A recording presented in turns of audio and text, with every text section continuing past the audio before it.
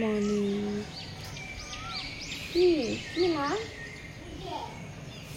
উঠে আজকে আমার গুরুসোনা সকালবেলায় উঠে পড়েছে। কি করে কাজ করুন জানি না, এক্ষুনি উঠলাম। চলো বাসন কোসন দিতে হবে, কত কাজ আছে। ঘুম থেকে উঠে আর কাজ করতে ইচ্ছা করছে না।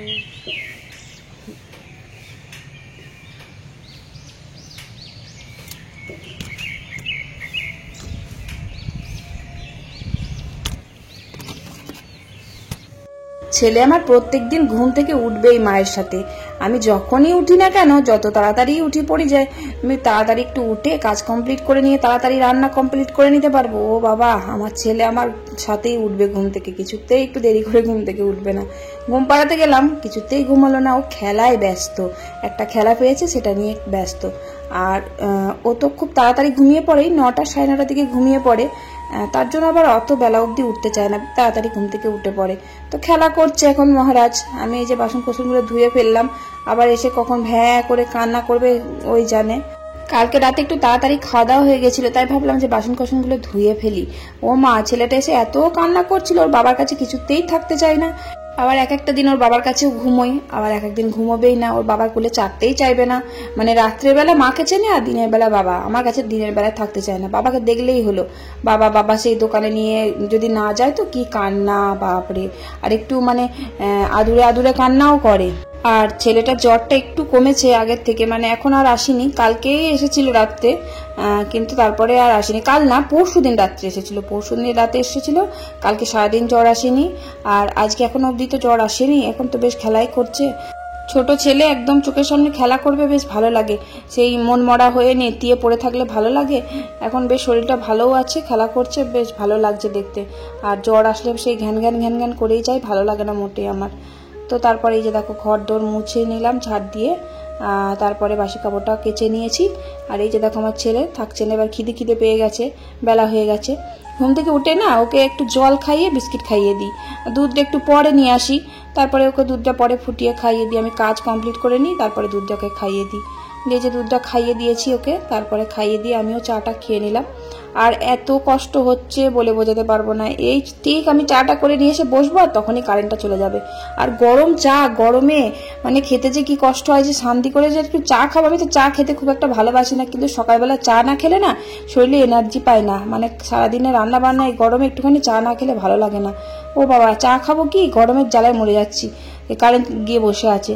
আবার এই যে চাটা খেয়ে নিচে এসে ভাতটা বসালাম, কি বিদঘুটে গরম, একদম পচানি ঘুমসানি, একটু হাওয়া নেই, কেমন যেন হচ্ছে এত গরমে। উনুনের পারে থাকাই যাচ্ছে না। আমি যদি তাড়াতাড়ি ঘুম থেকে উঠে তাড়াতাড়ি ভাত বসাই, তাহলে আমার রান্না শেষ হবে না তাড়াতাড়ি, কারণ আমার উনুনটা কামাই যায়। আবার আনাজপাতি কাটাকুটি থাকে না, রান্নার জোগাড় থাকে না এক একটা দিন, ওই জন্য আরো দেরি হয়ে যায়। ভাতটা আমি নামাই, ভাতটা নামিয়ে দিয়ে ওই যদি বড়াটা ভাজতে হয় তাহলে বড়া ভেজে দিই, দিয়ে ছোট সোনাকে খাইয়ে দিই। তারপরে ওই তখন উনুনটা কামাই যায় কতক্ষণ ধরে, ওই জন্য আরো রান্না বান্না করতে দেরি হয়ে যায়। আর এই যে দেখছি ঘটি মতো, এটা কি বলতো, এটা না পুরীতে গেছিল আমার শাশুড়ি মা, তো ওখান থেকে কিনে নিয়ে এসেছে। এর মধ্যে না, এই ঘটিটার মধ্যে 2 কোটো চাল ধরে। আমরা যেমনি চালের কোটো, মানে ওই যে শালিমারের যে নারকেল তেলের কোটোগুলি আমরা চালের কোটো হিসেবে ব্যবহার করি, আমার মানে আমি এসে থেকে দেখছি, আর আমার মাও তাই এই কোটোই ব্যবহার করতো। আর সবাই বেশিরভাগ মানুষই কিন্তু এই কোটোটাই ব্যবহার করে চাল মাপার জন্য, ঠিক তাই না বলো? কার কার ঘরে এই কোটো আছে চাল মাপার জন্য, আমাকে কিন্তু কমেন্ট করো। তা ওই কোটোটা না, ওই কোটো না, ওই ঘটি মতো, ওটা মা পুরী থেকে এনেছে। ওটা বেশ একবারে মাপা হয়ে যায়, একবারে 2 কোটো চাল ধরে ওর ভিতরে, কিন্তু একটু বেশি বেশি, তার জন্য ওটাই না মাপি না, আর ওই কোটোটাতেই মাপি। আর ওই যে মা উনুনে জাল দিচ্ছে, চালটা মাকে ধুয়ে দিয়ে এলাম।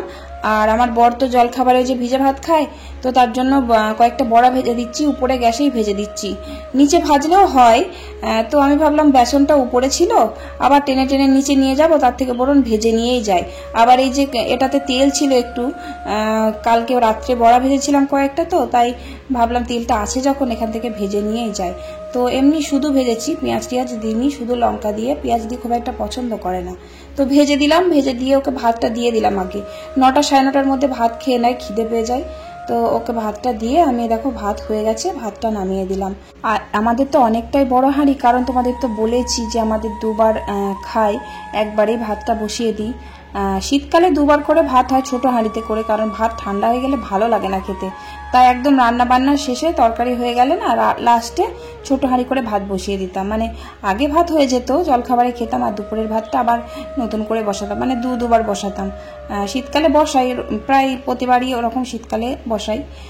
আর এই যে গরমকালে একবারে বড় হাঁড়িতে করে চাল দিয়ে দিই, রাত্রে কয়েকটা পান্তা ভাত থাকে, জেঠু খায়, আবার আমরাও খাই, মানে ভাত হয়ে যায় এই হাঁড়িটাতে, 3 বারের খাওয়ার মতন ভাত হয়ে যায়, এত বড় হাঁড়িটা। তো বিয়ের প্রথম এত বড় হাঁড়ি দেখে আমি তো পুরো অবাক, বাপরে কত বড় হাঁড়ি। আবার আমরা যে ভাত খাই একটু সাইজে বড় থালাটা, তো আমার এত খারাপ লাগতো অত বড় থালায় ভাত খেতে, তোমাদের বলে বোঝাতে পারবো না। আমাদের এখানে কেউ পুচকি থালার মধ্যে ভাত খায় না। আমি বাপের বাড়িতে এতটাই ছোট থালায় ভাত খেতাম, আমার ছোট ছেলেকেও অত ছোট থালাতে ভাত খাওয়ায় না, এত ছোট দিয়ে। এখানে এসে আমার কেমন একটা লাগতো, আনকানকা লাগতো, এত বড় হাঁড়ি, বাপরে কত ভাত হয়। আবার থালাগুলোই লজ্জা লাগতো বড় থালায় ভাত খেতে, সত্যি আমার কেমন যেন লাগতো। সময়ের সাথে সাথে সবকিছুই অভ্যাস হয়ে যায়, তাই না বলো? দেখে দেখে ওই যে কাঁচা টমেটো এনেছে, কাঁচা টমেটো গাদা কবে থেকে এনেছে, পচে সব নষ্ট হয়ে গেল। তাই ভাবলাম আজকে কাঁচা টমেটোগুলো ঝাল করে দিই সর্ষে বাটা দিয়ে, তাই ঝাল করে দিলাম। আর আজকে কিন্তু বেশি তরকারি করব না, ওই এক তরকারি ভাতই করব। মাংস এনেছে, মাংসটা পাতলা করেই ঝোল করব। আর যেটা টক ডাল আমাদের বাড়িতে রোজই হয়, ওই টক ডাল দিয়েই মাংসে ঝোল দিয়েই খাবে। টক ডালটা করলাম কেন বলো তো, মাংসে খুব একটা বেশি ঝোল করব না, আর যদি মাংস থেকে যায় তাহলে রাত্রে খাওয়া হয়ে যাবে, তার জন্য ডালটা দিয়ে খাবে। আর যদি ঝোল আলুও থেকে যায় তাহলে রাত্রে খাওয়া হয়ে যাবে ওই দিয়েই, তাই বেশি করে আলু দিয়ে দিয়েছি। ওই আলু দিয়ে পাতলা ঝোল হবে না, মানে একটু পুরোপুরোই করব, খুব বেশি ঝোল করব না, কারণ ডাল করলাম। আর তাছাড়াও আমাদের বাড়িতে না ওই মাংস পাতলা ঝোলটা খেতে বেশি ভালোবাসে। আমাদের বাড়িতে বলতে শুধু আমার শ্বশুরমশাই বাদে, মানে আমার শ্বশুরমশাই আগে কিন্তু মাংসের ঝোল মোটেই সহ্য করতে পারতো না। মানে খাসির মাংসের ঝোল মানুষ সবাই পাতলা খেতে ভালোবাসতো, কিন্তু কোনো মাংসেই ঝোলই না পাতলা পছন্দ করতো না। বাড়িতে যদি বাবা মাংস নিয়ে আসতো, খাসির মাংস, তাহলে বলতো পাতলা ঝোল করবে না, পুরো ঝোল করবে, আমার পাতলা ঝোল ভালো লাগে না। আবার আমার বর, আমি, মা সবাই কিন্তু পাতলা ঝোল খেতে ভালোবাসি, খুব বেশি চাপ ঝোল ভালো লাগে না খেতে, মানে রিচ খেতে পছন্দ করে না আমার বর। তার জন্য দুরকম করে কি করে করব, খুব অসুবিধা হয়ে যায় মাঝে মধ্যে। কিন্তু বাবা এখন পাতলা ঝোল খায়, এখন অসুস্থ হয়ে গেছে তো, ওই পুরো ঝোল না খায় ভালো, বেশি মশলা রিচ বাবাকে খেতে মানাই করেছে। আর মাংসটা আমাদের বাড়িতে একটু ঘন হয়, তাই বাবাকে খুব একটা দিই না, ওই 1 পিস করে দিই আর পাতলা করে করি। আর আমরা মাংস করলেই কিন্তু পেঁপে দিই, তোমরা দেখেছো।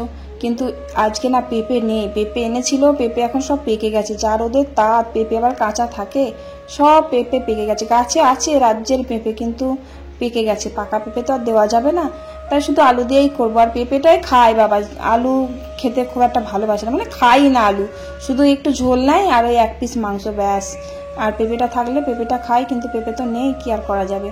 আর মাংসে একটু লেবু দিলাম, লেবু এখন দামটা কমেছে, লেবু এনেছে, তার জন্য লেবু দিলাম একটু। আর একটু লেবু দিলে খেতে ভালো লাগে, টক বেশ। তারপরে মাংস ঝোলটা বসিয়ে দিলাম, মাংস ঝোলটা হয়ে গেলে আর কোনো রান্না বান্না নেই, পুরো কমপ্লিট। তো মাংস ঝোলটা বসিয়ে দিলাম, দিয়ে দেখো পান্তা ভাত আছে রাজ্যে, পান্তা ভাত খাবো আজকে। কিন্তু পান্তা ভাত খেতে ইচ্ছা করছে না, কেন কে জানে, মানে অন্যদিনও খুব খেতে ইচ্ছা করে, আজকে আবার আছে এক গাদা, তো খেতে ইচ্ছা করছে না। আবার আমার বড় ছেলে বলছে আমি পান্তা ভাত খাবো, আমার এই গরমে গরম ভাত ভালো লাগছে না, স্কুল থেকে এসে বলছে আমি পান্তা ভাত খাবো। তো ওকে ভাগাভাগি করে কিছুটা দিলাম, দিয়ে আমি বললাম গরম ভাত খা, কিছুতেই খাবে না গরম ভাত, ওর আমি খাচ্ছি যা, ওর জন্য এমনিতেই ভালোবাসে খেতে, তারপরে আমি ওর সামনে খাচ্ছি, তার জন্য আরও ওর খেতে ইচ্ছা করছে। আমরা নে খা, তোর যখন আত্মায় চাইছে তাহলে খা। আবার পান্তা ভাত খেয়ে আবার গ্যাস অম্বল হয়ে যায়।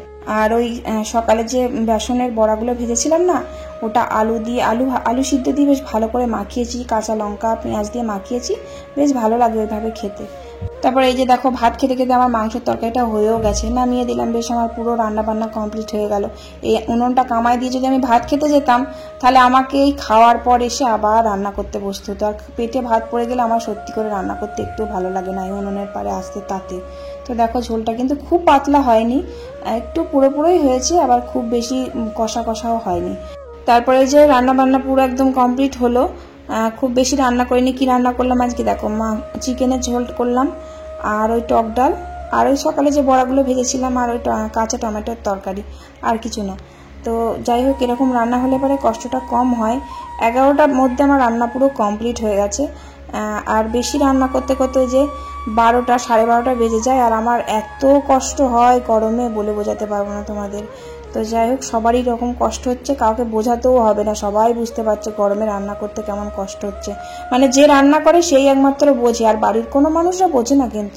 কিন্তু আমার বর মশাই কিন্তু বোঝে, আমাকে কিন্তু খুব বকে, জানো, যে এত বেলা অবধি রান্না করো, তোমার এই গরমে ওপর থেকে গিয়ে আবার তুমি গরমের মধ্যে উনুনে গিয়ে রান্না করো, কষ্ট হয়। আমাকে কিন্তু খুব বকে, জানো, যে তুমি বলতে পারো না যে আমি এতগুলো রান্না করতে পারবো না, এক তরকারি বা দুই তরকারি, আর যদি বলে যে বেশি করে করতে তাহলে তুমি করো, এরকম বলতে পারো না। আমি পারি না, সত্যি করে বলতে আমি পারি না।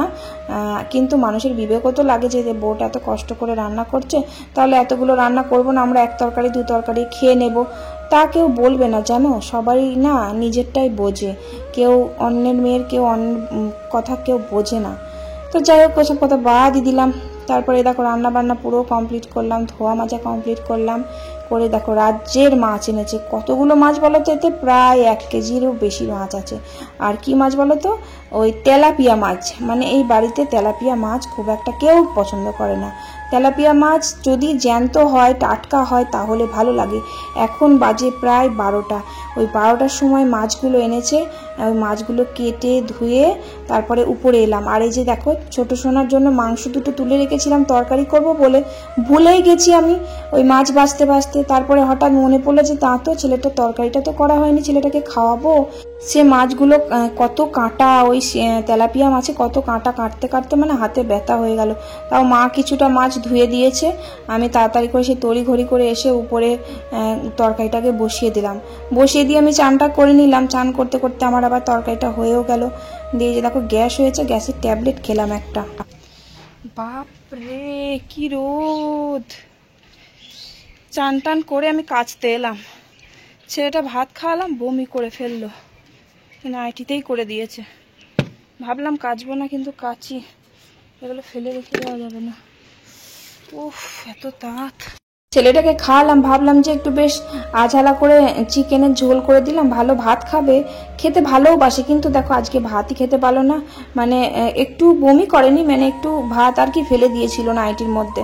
তো একটু হয়ে গেছে বলে আমি আবার নাইটিটা কাচতে এলাম। বলে আমি দেখছি কয়েকটা জামা কাপড় সকালে ছিল, ওটা আবার ফেলে রেখে দেবো, একবারে নিয়েই যাই উপরে।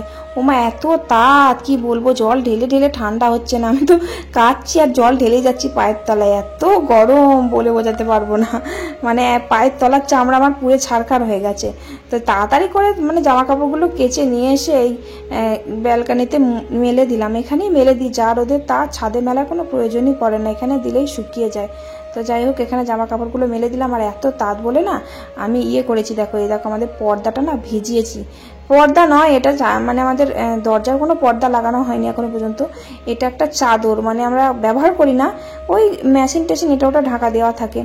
তো ওই চাদরটা না জলে ভালো করে ভিজিয়ে না ওই দরজার সামনে টাঙিয়ে দিয়েছি। আর ওই যে জানলা দেখেছো, জানলায় মোটা দেখে একটা কাঁথা, ছেলেটার ওই যে কেচেছিলাম না, টয়লেট করে দিয়েছিল, সেই কাঁথাটা কাচলাম, কেচে নিয়ে এসে ঘরেতেই মেলে দিলাম, ওই জানলার উপর ঝুলিয়ে দিলাম। তাহলে বেশ শুকিয়ে যাবে। আর ওই জানলার যে বাইরের তাপটা কাঁচের মধ্যে এসে ঘরে ঢুকছে, ওটা আর আসবে না। তো ঘরটাও ঠান্ডা হয়েছিল কিন্তু সত্যি করে। তারপরে খাওয়া দাওয়া করলাম, খাওয়া দাওয়া করে এই যে বাসন কোসনগুলো মেজে নিচ্ছি। খাও আর বাসন ধোও আর রান্না করো, এছাড়া আর কাজ কি বলো। এই গরমে যে কি কষ্ট হচ্ছে কি আর বলবো, কবে যে কমবে গরমটা ভগবান জানে। দেখো গরমকালেও বলবো যে কবে যে কমবে গরমটা, এদিকে শীতকালেও বলবো। শীতকালেও মনে আছে কবে যে কমবে শীতকালটা, কে জানে। এই কথাটাও কিন্তু 1000বার বলেছি আমি। সত্যি মানুষ কোনোটাই সহ্য করতে পারে না, না গরম না শীত। আর ঠান্ডাটা যদিও বা সহ্য করা যায়, গরমটা সহ্য করতে পারি না আমি। মানে শীতে চাইলে তুমি লেপ কাঁথার ভিতরে থাকতে পারবে, আর গরমে যদি কারেন্ট না থাকে তুমি যাবেটা কোথায়? যদি বাইরে হাওয়া না থাকে তাহলে তুমি কি করবে? গরমে হার্ট ফেল করার মতন অবস্থা। আর গরমকালে কিন্তু অনেক মানুষের কষ্ট হয়, গরমকালে মানুষ অনেক মারাও যায়, হার্ট ফেল করে। আমাদের এখানে জানো মাঠের জমিতে মানে আমাদের পাটের ভুঁয়ে না একজন মানে মারা গিয়েছে জানো। মানে পাটের ভুঁয়ে এই গরমে, বিশেষ করে পাটের ভুঁয়ে যেতে নেই, প্রচণ্ড গরম থাকে পাটের ভুঁয়েতে। আর মাঠে কেমন রোদ বলো তো, মানুষ আমরা ঘরের মধ্যেই থাকতে পারছি না, আর মাঠের মধ্যে মানুষের তাহলে কতটা কষ্ট হচ্ছে যারা চাষ করে খায়। আমার বড় যে দোকান বন্ধ করে খাটাখাটনি করে আবার মাঠে যায়, আমি মানা করছি যে যেও না, খুব বেশি প্রয়োজন ছাড়া। সে হাঁপাতে হাঁপাতে বাড়ি আসে, চোখ মুখগুলোর দিকে না তাকানো যায় না, একবারে একটুখানি হয়ে যায়। মানে জল ধরাতে কদিন আগে গেছিল, ওমা বাড়ি এসে হাঁপাতে হাঁপাতে গিয়ে ধরাম করে পড়ে গেল একদম। এত মানে রোদের তাতে মানে আমার বর তো কি বলতো, আমার বর তো চাষ করার মানে চাষ করতো না তো, আমার শ্বশুরমশাই চাষ করতো, এবার হঠাৎ করে আমার বরকে সব করতে হচ্ছে। মানে আগে তো আমার শ্বশুরমশাই করতেন, ধরো মাঠে সমস্ত কিছু ওই নিড়ানো, তারপরে মানে অনেক কিছু আমার বাবা শ্বশুরমশাই যা কাজ করতো না মাঠে, ওই না খাওয়ানে দাওয়ানে এরকম খুব খাটাখাটনি করেছে। তা আমার বর মশাই কিন্তু খুব একটা খাটতে পারে না মাঠের খাটুনি, কিন্তু এখন করতে হচ্ছে, খুব কষ্ট হচ্ছে, আমি তো চোখে দেখতে পাচ্ছি। তো যাই হোক, এই যে দেখো বাসন কোসনগুলো ধুলাম, ধুয়ে সন্ধে প্রায় হয়েই এসেছে। আমি ওই যে মেশিনটা কাজ করি না বলে একবারে ঝুলে ভর্তি হয়ে গেছিল, মানে এত নোংরা পড়েছে। আর ওই চাপা দেওয়াও থাকে, কিন্তু আমার ছোট সোনা বারবার চাদরটা খুলে ফেলে দেয়, দিয়ে তোলা হয় না, দিয়ে এত নোংরা হয়েছিল মেশিনটা পরিষ্কার করলাম, সার্ফ জল দিয়ে পরিষ্কার করে একটু তেল দিয়ে দিলাম।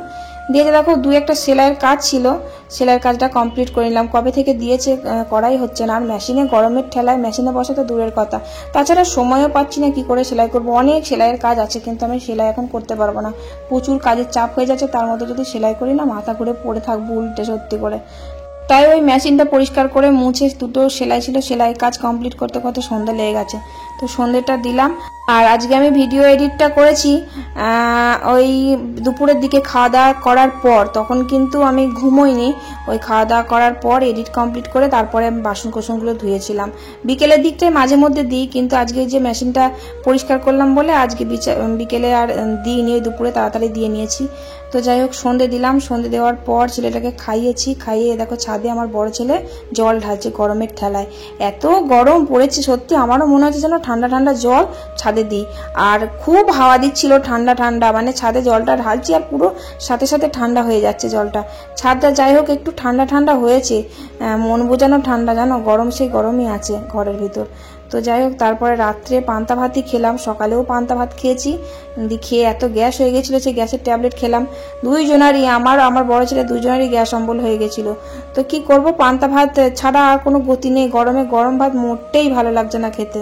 তো পান্তা ভাতই খেলাম আজকে রাতে। ওই মাংসের ঝোল ছিল, ওই ছোট ছেলের জন্য যে ঝোলটা করেছিলাম না প্রেশার কুকারে, ছেলেটা তো খেতে পারলো না, তো ওইটা দিয়েই আমরা দুজনে ভাত খেয়ে নিলাম। পান্তা ভাত বেশ, মাংসের ঝোল দিয়ে পান্তা ভাত খেতে কিন্তু দারুণ লাগে, কাঁচা পেঁয়াজ সাথে আর কাঁচা লঙ্কা ফাটাফাটি। আর আজকে দেখো কমেন্ট পড়তে ভুলে গেছি গো, খুশি আর সবিতা সিং কমেন্ট করার জন্য থ্যাংক ইউ সো মাচ। আর ভিডিওটা ভালো লাগলে একটা লাইক করে দিও, কমেন্ট করতে ভুলো না কিন্তু। চলো টাটা, বাই বাই।